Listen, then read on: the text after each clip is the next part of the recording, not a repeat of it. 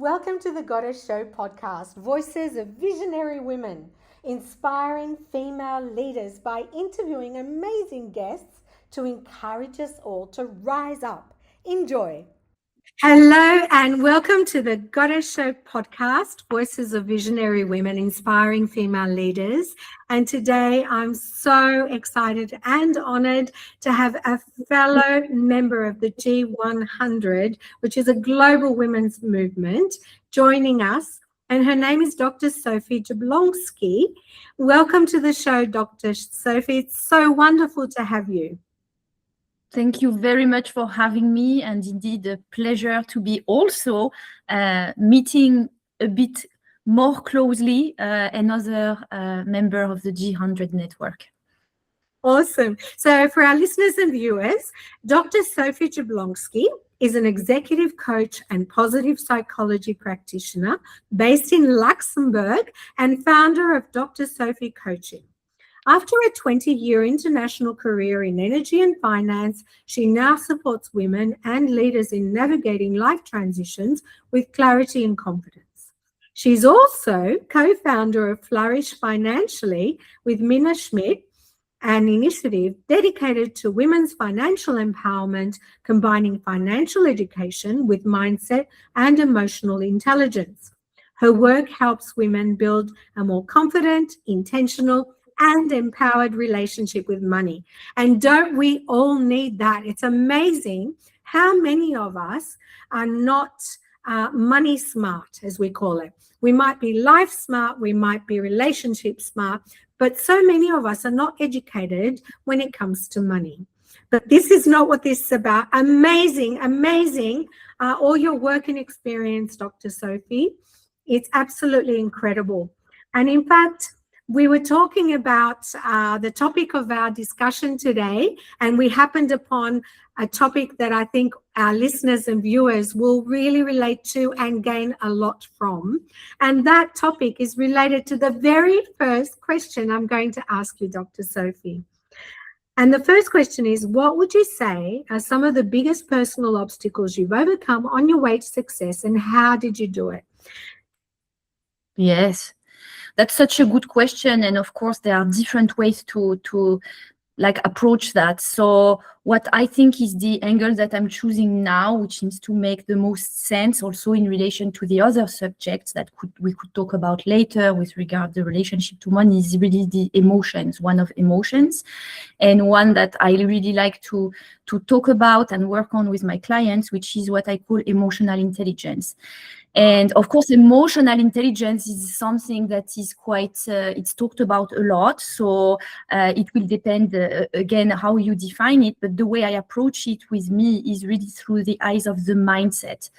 So what is special about me in that way is that I think I sensed very early on in my life that I had maybe a different way of dealing with my emotions. I had the impression when I heard about emotional intelligence the first time, maybe in my childhood or a bit later, maybe in my adolescence, I thought, oh, that really speaks to me, this subject of emotional intelligence.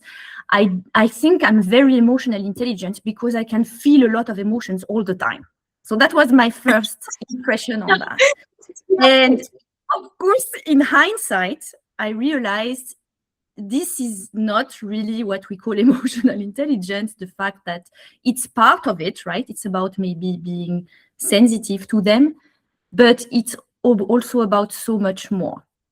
So when we talked about that question, we discussed obstacles. I think the biggest obstacle that I had to overcome was really, how to say it, getting over myself, but in a sense of learning to look within, learning to observe myself, not to shy away from it, but to actually get more acquainted and to love myself more. When I was able, go ahead. So on that subject, there were other things going on that we talked about before, and what you mentioned to me, which I think is really, really interesting to discuss, is through a sense of protection from circumstances within the family, without or outside the family, that make us want to feel safe going into the world unconscious.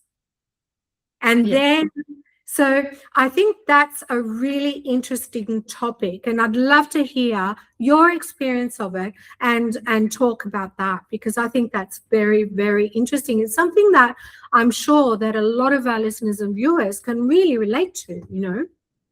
Yeah. So I think I was introducing the idea of the emotions and this idea of becoming more aware and being more self-observing as a skill that one can learn and develop in life. But we're not born with it. So it's something that we need to learn. And some of us will have the chance to be educated by people, different people, right? Doesn't have to be our parents, that maybe we'll have that sense or that intentionality of talking about that. Yes. But many of us won't. So the consequence of that is, as a child, you're really absorbing your education from your surroundings and the people that are around you, but your brain is not yet at the level of adulthood where we are becoming more conscious of the choices, the responsibilities that we have, and etc. And the same goes with emotions. So that's why it's really important, that idea. So the transition from childhood to adulthood is really something that, yes, of course, there is the ID card and there is an official date, maybe, depending on the country, right, when you're becoming an adult. But actually, your brain is going to get to adulthood in a different way. And at different times, there were different rites of passage that sometimes people had to go through to kind of force that growing up of the brain, like I was hearing that for young men somewhere, they had to go to the jungle almost and spend several days out there in the wild to kind of like be confronted to what life is. But most of us don't have that, or it's in a different shade maybe, and it might be happening. But the consequence of having or not having that, and also not necessarily doing that explicitly, is that we continue to be unconscious. And the reason why this could then become something else is because we decide to open up. Mm-hmm. But sometimes we don't know what your personal experience might be on that subject. Yes. No, so absolutely. And it's something that we had hinted at together. We had discussed earlier. And what happened to me is that I think because of this emotional sensitivity that we have, each of us, and I think children have it also very, very developed, we learn how to manage our emotions in a way that serves us at the time. And some of us are in environments that are more or less volatile, more or less loving, more or less emotionally intelligent. And so that will make us develop this coping mechanism in certain ways. In my case, I think what happens is that because I was feeling a lot, and we also absorb, right? It means that we are open to the emotions that are around us. And around me, there were not a lot of positive emotions. There was a lot of suffering. There was a lot of, I don't like to say that in a mean way, but I think there was some violence, emotional violence. And it was hard as a child, and it would be for any child. So it was hurting me. And I think the result of that was to find a way to cope with that in almost like shutting down. So it's not the shutting down of the big trauma that you hear about that would be very acute at a certain time. I think it was kind of a cumulative thing. A cumulative effect. Disengaging. Yeah. Disengaging. Yeah. When I felt it was not really necessary, right? When it was not serving me. So I think in time, these are like some automatic things that we learn. And I guess I never really realized that there was maybe a possibility to do any other way. So that's how I learned to cope with my emotions when there was something not comfortable, making it very simple. I was preferring to distract myself. I was preferring to, yes, to shut it down instead of trying to address the problem. But I couldn't see it. How did that translate into your later life? Going, from being unconscious to being conscious, that journey.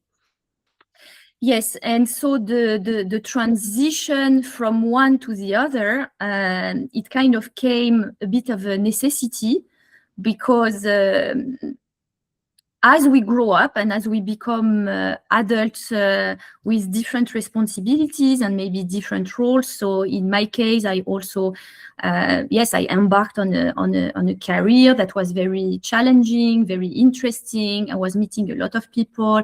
Then I also met my husband. We got married, and then we decided to have children. And fortunately, we could. So we have 3 children, have 3 daughters. And so, in fact, with all yes, sorry. So during all that, were you conscious or unconscious? When did the change happen? Yeah, it's a bit of it's in the sense that because I was never really taught how to do any of that, I was very unconscious. I chose a career that was about science, and in a male-dominated environment, when there's a lot of reliance on the rational. I mean, what we said, the masculine quality. So I think I was not really opened so much to the emotional intelligence again, even if I was not naming it that way. So I was kind of like choosing things and ways that were sheltering me from having to do that growing up. But life, of course, has always a funny way of coming back at you. And I think in time, because I was choosing this posture unconsciously, it was also costing me in terms of probably internal alignment, and in a certain way, not being really able to fully explore myself or express myself. And this also came with a lot of, it costs energy. Yeah, that's what we realize now when we think. How did you find that affected your health?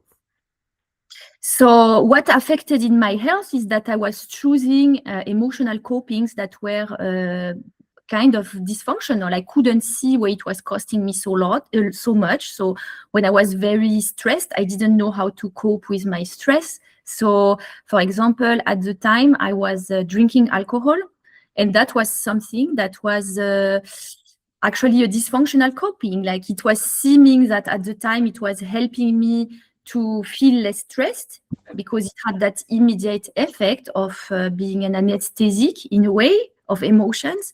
But in the longer term, it was costing me, because then you don't eat well, you don't sleep well, So it's kind of like, so it was not necessarily something, I mean, of course, there were moments where I could see it was taking me very far on the unhealthy side. So that were also these signs that I was seeing. I was like, okay, something is not really right.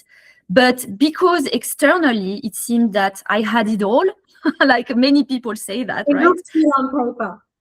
Yeah, it was just continuing. Internally, I was telling myself, I mean, this is horrible to say that now, but of course, because I went through burnout, and that's the next step on the journey. But there were, for several years, I was telling myself, I'm like a car crash waiting to happen. This is how I felt internally. But this is what you knew was going to happen. I guess this is what we say is intuition, because I never voiced it to anyone. But this particular sentence is a real one. It's a real thought that was in my brain and that I was experiencing very regularly, and increasingly more so, until indeed I saw that I was starting to dysfunction in several ways in the different areas of my life that mattered, including my work. That was almost like the last thing to go.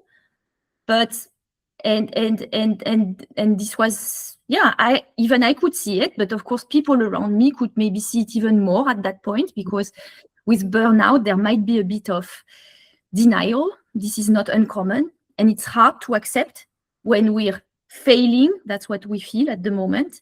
But in fact, it was, yeah, this, like, my body and my mind catching up with me and telling me, no, I mean, that's just... You can't do this anymore. Yeah, that's it. I think I feel propelled to share my own story that I think will relate to yours as well, because I myself experienced some trauma when I was an early teenager, that then I literally wasn't present in my own life for many years after that. Wow. And I had panic attacks, I had nightmares, I mean, all sorts of things happened. And I guess the gift for me was that I started on my personal and spiritual growth journey. I had to do something about it. I was literally in a permanent heightened state of anxiety. I was an overachiever, and I was not present, literally present in my own life until, I don't know, my 30s. And by that stage, I had done so much, and that I actually did collapse. Everything broke down. I literally collapsed. So I had to, the universe, was knocking, and nobody was listening, until it happened. But, that has, again, although that sounds terrible, has been the biggest gift in my life, because it's, it's taught me a lot. So I can completely relate to what you're saying. And I think it's really important for our listeners and viewers to realize that we do have to listen to ourselves, and we do have to listen to our bodies, because terrible things can happen to our health and our lives as well. And there's no reason, I think the important message here is not to punish ourselves by destroying ourselves and becoming self-destructive. It's really important, because there's no failure here. We're all doing the best we can, aren't we? So thank you so much for sharing that. I mean, I think it's a really important topic, because a lot of us are driven by obligation and responsibility. We don't stop. We do not give ourselves time to stop. Just stop and be. So thank you so much. Thank you, Dr. Sophie. No, and thank you very much for sharing your experience. I mean, I'm having goosebumps because, of course, I feel like I can relate totally. And I agree with you that it's also been a gift. But I also think, and not to bring it with a twist of negativity, more to say, I wish I knew then that I could get support earlier, right? That it's possible to create that space to pause. Had I realized it's possible to do that, even in small dosage, with, for example, coaching, what I'm trying to do with people now that come with the transition, so that somebody tells me, it's normal, good things are going to happen from that. It's okay to be suffering. You don't have to do that alone. And as you said also, you certainly don't have to self-destruct, because that was on the path for me, for sure. I mean, I was really there. And at the same time, with this voice, this little flame, that's the life we have inside of us, right? That was telling me, don't give up. And I wanted to give up so much, right? But I was also feeling like, don't give up. Like you're worth so much more than that. So this duality was there.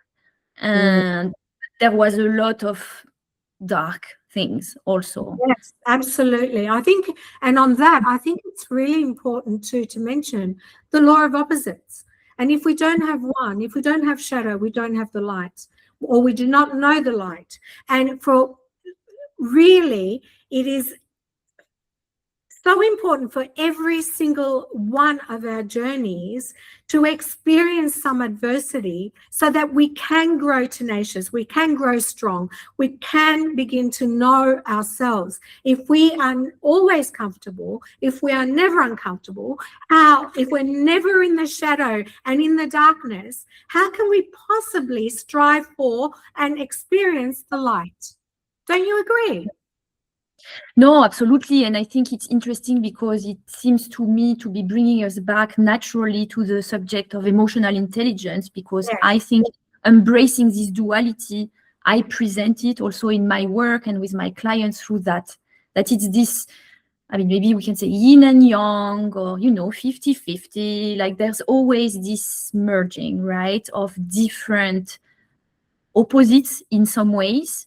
And And that's what is actually the perfection. It's not striving for what we think at some point is the positive, because that's not, how can I say, that's going to cost us a lot of suffering, most likely, because maybe that's not what it's supposed to be, you know? So this whole idea of that can be really mind-blowing, but also disturbing also to realize, like, I mean, this is not the vision I had really as a child or growing up. This is not how I imagined the world is, but the world is this duality always, and not even also expressed through us.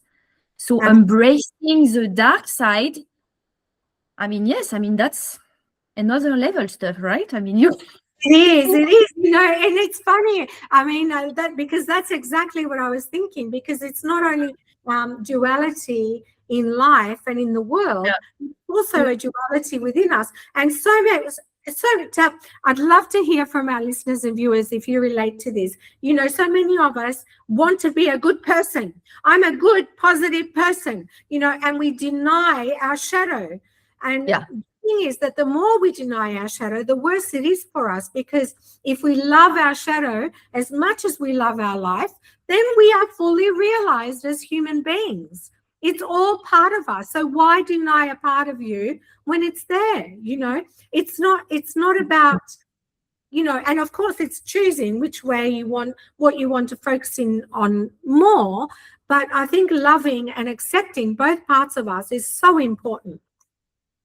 Yes, because otherwise it becomes a bit I mean, I was suffering like many probably listeners, and maybe even you, like with perfectionism and people pleasing. And so it's all about this like twists and turns like that we try to be in to fit something that is not only possibly unrealistic, but really just not constructive for anyone.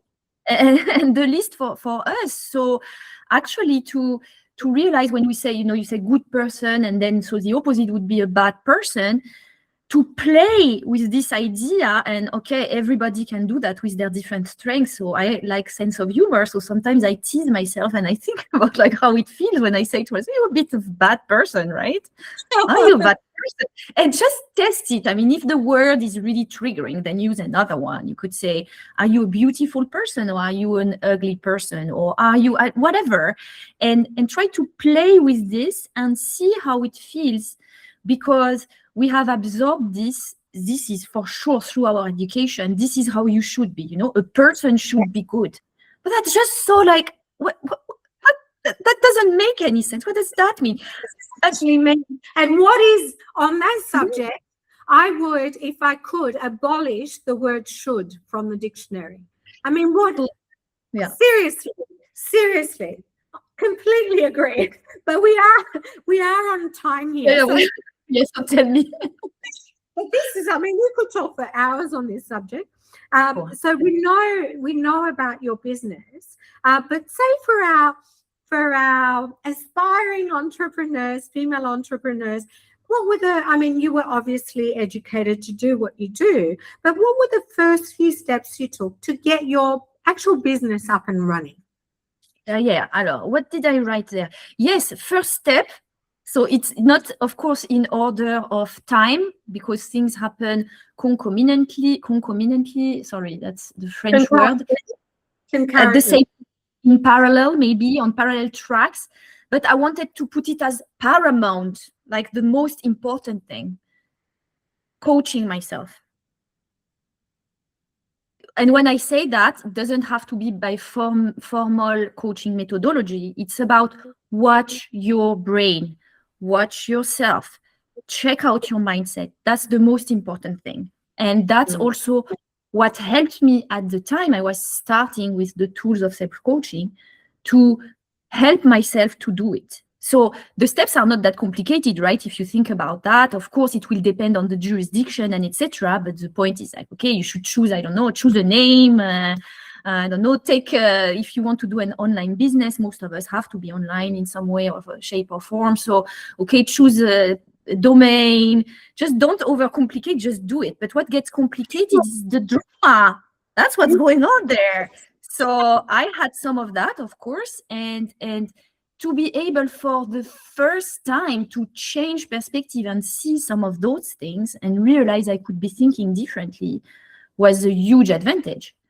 Because at that point, I was like, okay, fine. Yeah, part of me thinks that I'm a caricature of midlife crisis. That's fine. And part of me thinks, yes, I'm kicking ass, and that's what I want to do. Okay, I think I'm going to listen to that second part for now, because I think I really want to set up that business. So it's playing with that, right? And seeing that, and not only seeing that from me, but also from people around me, because sometimes I would get comments like, don't you think it's such a waste of your experience and your career to be going and becoming a coach? I had that said by a friend of mine. What exactly is wrong with coaching? Yeah, no, so I mean, and what happened is that because I was able at the time to see it from the perspective of coaching, it felt so neutral. I heard that and I was amazed at myself, because I was saying, wow, it's so true what you're saying, because if I was thinking that, then I would never do it. Yeah, exactly. I'm so glad. Yeah, so thanks for showing to me that, and that also prepared me, because that person said it in such an innocent, and that's what people do very often, unless they're really wanting to hurt, but it's rare, right? I mean, most people are well-intentioned, but still it hurts. And this time it was well-intentioned, it didn't hurt, and I said, yeah, that's good. Okay, so I'm gonna get more of that. Let's get ready for. Great. That's great. So there was no emotional charge whatsoever. Fantastic. On that one, no. So, but really, part of this step. So yes, there was the emotional charge. That's an example where it was simple, and in some cases it was less simple. So you need to pace yourself. Also, like if you make the comparison with going to the gym, so you're learning to play with your thoughts and change perspectives. You don't go there and the first time try to lift 150 kilograms. You're going to get stronger in time with your new identity, but at the beginning, it's still a bit fragile. Maybe like a child, maybe like a small plant, maybe like a seed that's just starting to grow. So it's important also to realize that, I mean, there were certain environments where I would go, and because of the people being there and the image they would project back on me because of my previous life, for example, Luxembourg is a very small place, so I would run into people that knew me. I moved here for the previous job, so that was very triggering. So that was very triggering. And I could see that, and I was not always happy with how I reacted, how I behaved because of this. Can I just stop you there? Would you say that was a challenge that you overcame? So indeed, so that's why we go back to, yeah, exactly. No, go ahead. So how did you overcome being triggered, that challenge? That it's nice you're asking that. There's a very simple framework that I've talked about also in my blog, and people have commented that they thought it was very useful. I was able to extract, I mean, not in the time, maybe you're always in control of what happens, but at least using the experience to realize, oh wow, I was so triggered. I mean, we get a sense of that, maybe even afterwards, and observing it. The framework is the letter of the word stop. So the first step is about stopping, indeed. So give yourself the time to observe. The T is take a breath. So taking a breath. The O is about the observation, the action of observation. And the P is about proceeding. So now what? Now what do I want to do about that? And so when I was triggered, it was about, in some cases where it was unmanaged on the spot, it was really to learn from it. So that was the proceed very often. So I would offer myself the time afterwards to reflect on the situation and be like, well, okay, it didn't go like as well as I would have hoped, because there were people involved, there were certain things that were said, there were certain behaviors where, you're trying to like hide sometimes, but your emotions speak louder than your words or your actions. So observing afterwards was about learning, but in time also accepting to just sometimes indeed not speak and just become the observer of the situation as it unfolds. I think what you're referring to is, of course, when we're triggered, we have the immediate, what's the word for it? Our immediate, we want to react emotionally. Yeah. When we're triggered, it's so strong quite often that we want to react emotionally. But what you're referring to, and what I think I also agree works, is actually stepping back and reviewing the situation, processing it, so that you are then able to respond rather than react. That's what you're referring to. And in time, so that's exactly the work that you're probably doing in coaching. I do it as well with everybody.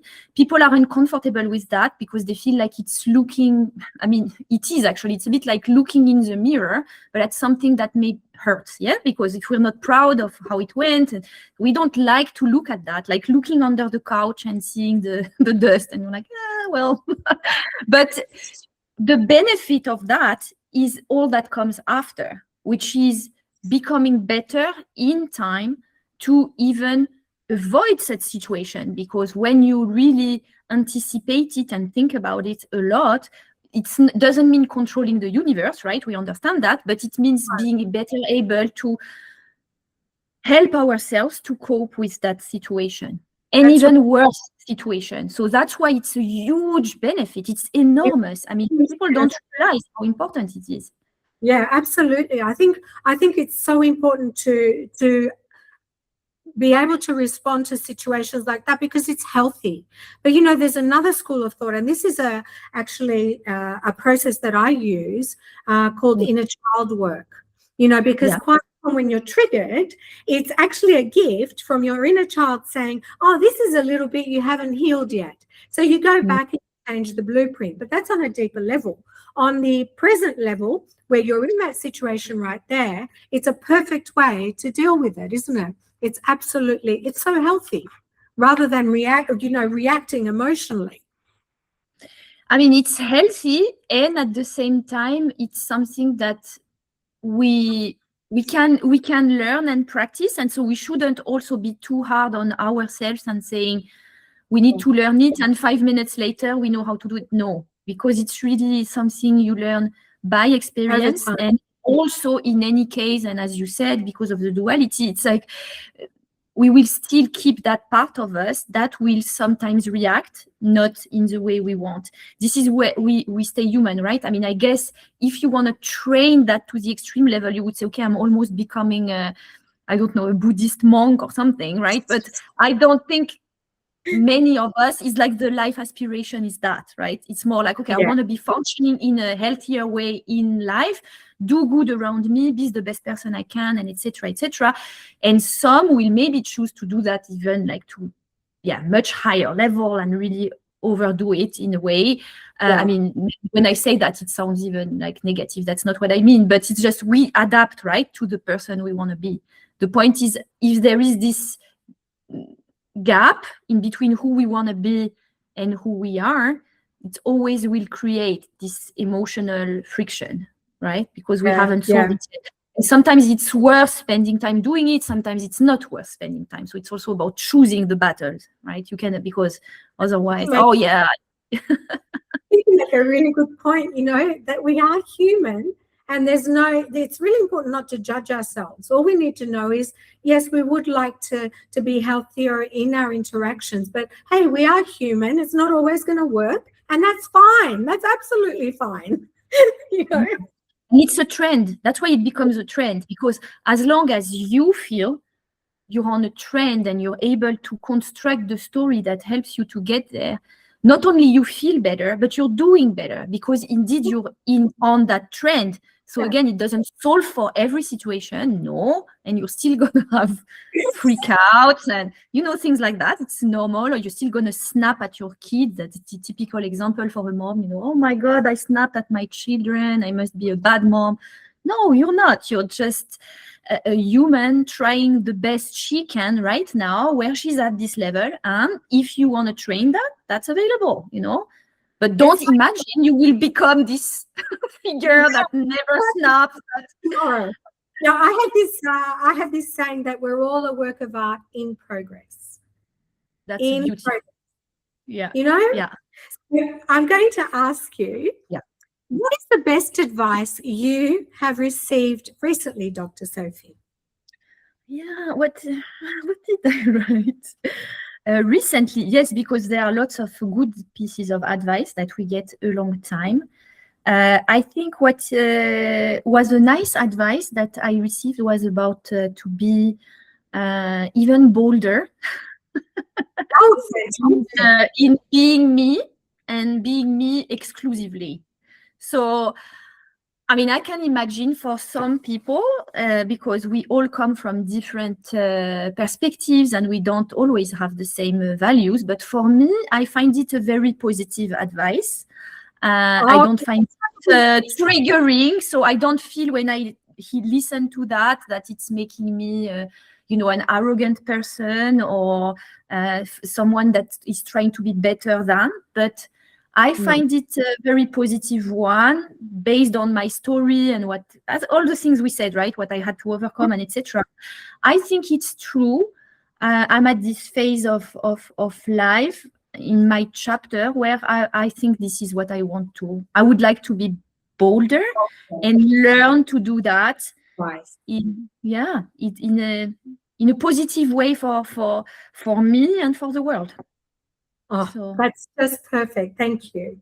So tell me, what are your current goals and how are you striving to achieve them? What's up next for Dr. Sophie? Yes, so I'm very excited of the work we've been creating with Flourish Financially. It's an initiative with which we support women together with my business partner, Minna Schmidt. So she's a financial well-being coach. She's based in Switzerland. And together we created a community for women to really get together. And I'm trying to make it simple, talk and learn about money. Fantastic. Why it's so important? It's so important because a bit like with emotional education, and emotional education is a huge part of it. So we at least say it's 50-50. So it's 50 the number and 50 the mindset, right? I mean, if not more, I would say, but that's, let's keep it simple. And into what we think we deserve, doesn't it? Our relationship to money. The relationship to money, and I think many of us, so it's not just women, but women also, we have not have a very, how can I say, inclusive, holistic, emotional education with this subject. So it's unfortunately having consequences. We know the numbers. We're starting to talk about them more and more, pay gap, pension gap. So valuable, so valuable. Thank you. Yeah. I wish you all the best with that. I think we really need it all the way around the world. So tell me, what are you? Okay, there's only 3 questions left and we are kind of running out of time. So are you currently running any promos, contests, giveaways? At that stage, I mean, we're very excited that we have our next cohort, in a way, of the Flourish Financially Academy. We call it the Wealth and Mindset Academy. That's going to come this autumn. And so we're going to run some promotional events and some specific learning webinars over the summer, and this period running to starting the actual academy. So if people are curious to really get to know this new way to be learning about money, and so in a way it's financial education, but it's financial education with a twist. The one that is the transformational twist. For sure, they can join the community Flourish Financially. It's free. You just have to fill in a form, and we will inform as we go of the different steps. So we will have to get in touch with you. That sounds perfect. Yeah. Thank you. Yeah. And So my next question to you is, what advice, would you give to other aspiring female entrepreneurs? Well, there are many, but I think one that could make sense would be about to try, and I know it's not easy, but try to believe in yourself. Try to let your inner voice come through, if only to you. So you can do that by writing, by thinking, by whatever, expressing yourself in a way that feels sheltered enough, depending on where you are and what's going on. But don't shut it down. Don't diminish it. Just let it be. And realize that through this, you know more than you think. Because such great advice. Yeah, I think unfortunately we tend to be thinking, many people that I hear and meet and would have this tendency to say, but I don't know how to. And part of the best coaching I've seen was about being able to nudge the person into hearing the words, try to answer the question anyway. Don't tell yourself you don't know. What if you did know? And that's something that I try to do with myself also sometimes, because confusion can really be, somebody said that before, confusion can really be a dream stealer. So if we keep thinking we're confused and we don't know, we don't let the inner wisdom emerge. But it's there for sure. That's great advice. That's such great advice, to listen to yourself. Yeah. Thank you so much. So tell me, how can we keep in touch with you? How can we connect with you, Dr. Sophie? With pleasure. So, I mean, I'm a modern person. On your website, social media, how do we?